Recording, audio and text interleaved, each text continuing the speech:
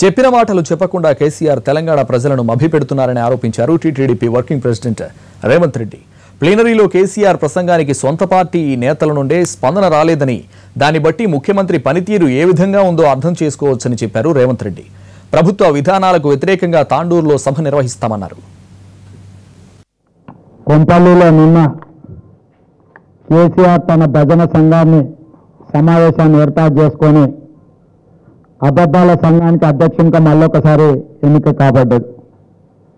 ఈ అబద్ధాల సంఘం అధ్యక్షుడిగా దాదాపుగా 16 సంవత్సరాల నుంచి ఏకగ్రీవంగా ఎన్నికైతున్నందుకు కేసీఆర్ గారికి శుభాకాంక్షలు, అభినందనలు తెలియజేస్తున్నా.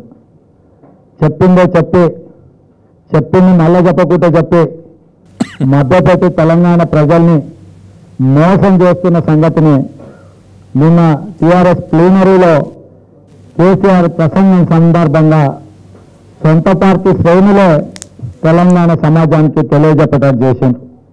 ఎందుకంటే కేసీఆర్ గారు రైతుల గురించి చెప్పినా, తెలంగాణలో అభివృద్ధి గురించి చెప్పినా, ఆయన 3 సంవత్సరాలలో తెలంగాణను ఎట్లా బంగారు తెలంగాణ గురించి చేసిండో చెప్పినా ఒక్కరు కూడా స్పందించకపోవడంతో 5 సార్లు అడుక్కొని సప్పట్లు కొట్టించుకున్న పరిస్థితి చంద్రశేఖరరావు గారికి దాపురించిందంటే నిజంగా చంద్రశేఖరరావు గారిని చూసి జాలి పడుతుంది. నేను తన పార్టీలో తాను పెట్టిన చికెన్ మటన్ బిర్యానీలు తినడానికి వచ్చిన వాళ్ళు కూడా చంద్రశేఖరరావు గారు చెప్పింది ఇన్ని సప్పట్లు కొడతలేరంటే ఆయన పెట్టిన తిండి విన్నోళ్ళు కూడా ఆయన అబద్ధాలు చెప్తున్నాడు అన్న సంగతిని గుర్తించిందంటే ఇంతకంటే ఒక నాయకుడికి అవమానం ఏమన్నా ఉంటుందా ఒకసారి ఆలోచన చేయండి.